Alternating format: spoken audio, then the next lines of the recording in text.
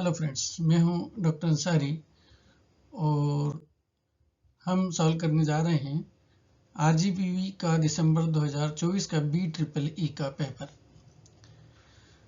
तो पहला प्रश्न है 1A, what do you understand by dependent and independent source? Explain with neat sketches how we can convert a voltage source into a current source. Discuss. ये इसका Hindi version है। तो चलिए क्वेश्चन नंबर 1 के आंसर पे हम आते हैं। Independent and dependent source.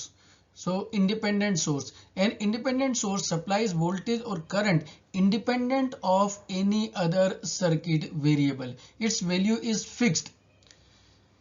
ये जो इंडिपेंडेंट सोर्स होते हैं ये दो टाइप के होते हैं, independent voltage source and independent current source, है ना। इंडिपेंडेंट वोल्टेज सोर्स का मतलब ये है कि इसका जो आउटपुट वोल्टेज है वो फिक्स रहेगा, वो किसी सर्किट के किसी और पैरामीटर से उसका कोई रिलेशन नहीं होगा। अगर मैं लिखता हूं कि आउटपुट वोल्टेज 10 वोल्ट है, इसका मतलब ये हमेशा 10 वोल्ट प्रोवाइड करेगा, 10 वोल्ट आउटपुट इसका रहेगा। और अगर इंडिपेंडेंट करंट सोर्स है तो इसका मतलब ये है कि इसके ये जो करंट सोर्स है, ये जो करंट सप्लाई करेगा उसकी वैल्यू चेंज नहीं होगी सर्किट के किसी और पैरामीटर के चेंज होने से। ये जो सर्कल है ये इंडिपेंडेंसी का सिंबल होता है और प्लस माइनस वोल्टेज के लिए आता है। इसका मतलब अगर इंडिपेंडेंट वोल्टेज सोर्स है तो उसके सिंबल में हमें सर्कल बनाना पड़ेगा और उसके अंदर प्लस माइनस लिखना होगा। इसी तरीके से अगर इंडिपेंडेंट करंट सोर्स है तो इंडिपेंडेंट के लिए सर्कल बनता है और करंट सोर्स के लिए एरो बनता है। Now dependent source, a dependent source is one whose value depends on another voltage or current elsewhere in the circuit। ये चार तरीके के होते हैं, है ना। Voltage controlled voltage source, voltage controlled current source, current controlled voltage source and current controlled current source.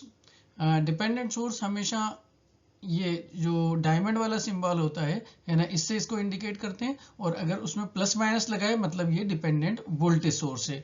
और इसी तरीके से डायमंड वाला सिंबल है, इसके अंदर अगर एरो लगाए तो इसका मतलब वो डिपेंडेंट करंट सोर्स है। तो इट मीन्स जो आउटपुट होता है वो किसके ऊपर डिपेंड करता है? Output depends on controlling variable, है ना। जैसे ये पहला नंबर वाला ये वोल्टेज सोर्स है, लेकिन इसका जो आउटपुट वोल्टेज है वो किसी और वोल्टेज से रिलेटेड है। इसी तरीके से ये सेकंड वन वाला ये करंट सोर्स है, लेकिन इसका आउटपुट जो करंट है ना, वो किससे रिलेटेड है? वो वोल्टेज से रिलेटेड है, वो किसी और वोल्टेज से कंट्रोल हो रहा है। इसी तरीके से तीसरे नंबर वाला ये वोल्टेज सोर्स है, लेकिन इसका जो आउटपुट वोल्टेज है वो किसी करंट से कंट्रोल्ड है। इसी तरीके से चौथे वाला ये करंट सोर्स है, लेकिन इसका जो करंट है ना, वो किसी और करंट से कंट्रोल हो रहा है। ये मैंने याद रखने के लिए दो बक्से बना दिए ताकि आपको आसानी रहे याद रखने में, है ना। जैसे छोटी क्लास में बनाते हैं ना, जोड़ी बनाइए इस तरीके से। तो मैंने यहाँ पर लिख दिया वोल्टेज कंट्रोल्ड, यहाँ पर लिख दिया करंट कंट्रोल्ड,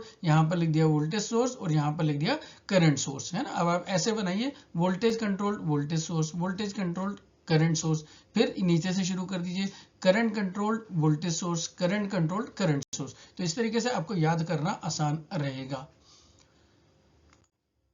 है ना। ये जो चारों प्रकार है डिपेंडेंट सोर्स के, उसका सिंबल है, देखिए ये प्लस माइनस लगा हुआ है और ये रोम्बस बना हुआ है, इसका मतलब ये डिपेंडेंट सोर्स है, प्लस माइनस मतलब वोल्टेज है ना। और ये किससे कंट्रोल हो रहा है? वोल्टेज से, तो ये क्या हो गया? Voltage control voltage source.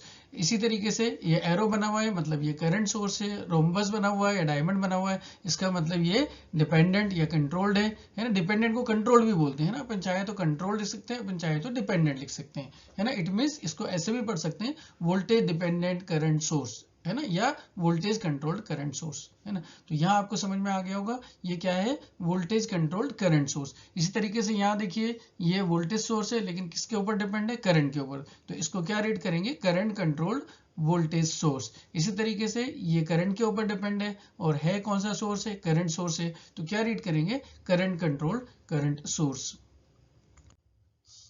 अब उसमें जो आखिरी वाली बात जो पूछी गई थी वो था source conversion. A voltage source can be converted into an equivalent current source and a current source can also be converted into an equivalent voltage source, है ना। इसको सोर्स कन्वर्शन बोलते हैं, सोर्स ट्रांसफॉर्मेशन भी बोलते हैं, और बिल्कुल आसान है। देखिए voltage source to current source conversion, अगर हमारे पास ये गिवन वोल्टेज सोर्स है, जिस ये V इसका वोल्टेज है और R इसके साथ में रेजिस्टेंस सीरीज में कनेक्टेड है, तो इसका इक्विवेलेंट करंट सोर्स क्या होगा, एक करंट सोर्स और सेम रेजिस्टर पैरेलल में। और करंट सोर्स की वैल्यू कैसे निकालेंगे, I equal to V divided by R करके। इसका उल्टा current source to voltage source conversion, यानी गिवन हमारे पास में ये करंट सोर्स है और इसके साथ पैरेलल में R वैल्यू का रेजिस्टेंस लगा हुआ है। इस करंट सोर्स को हमें किस में बदलना है, वोल्टेज सोर्स में बदलना है। तो क्या होगा, एक वोल्टेज सोर्स जिसकी वैल्यू किसके बराबर होगी, I इंटू आर के बराबर होगी, V equal to I into R. और सेम वैल्यू का रेजिस्टर जो यहाँ करंट सोर्स के साथ पैरेलल में लगा हुआ था, वो वोल्टेज सोर्स के साथ में सीरीज में आएगा। आई होप सो आपको क्वेश्चन नंबर 1 समझ में आ गया होगा। इस चित्र को भी आप समझ सकते हैं आसानी से। ये सोर्स, सोर्स की दो टाइप हो गए, independent voltage and current source, और dependent voltage and current source, है ना। और इसके फर्दर 4 क्लासिफिकेशन जो पिछली थोड़ी देर पहले अपन डिस्कस कर चुके हैं। Thank you very much. Like, share and subscribe the channel.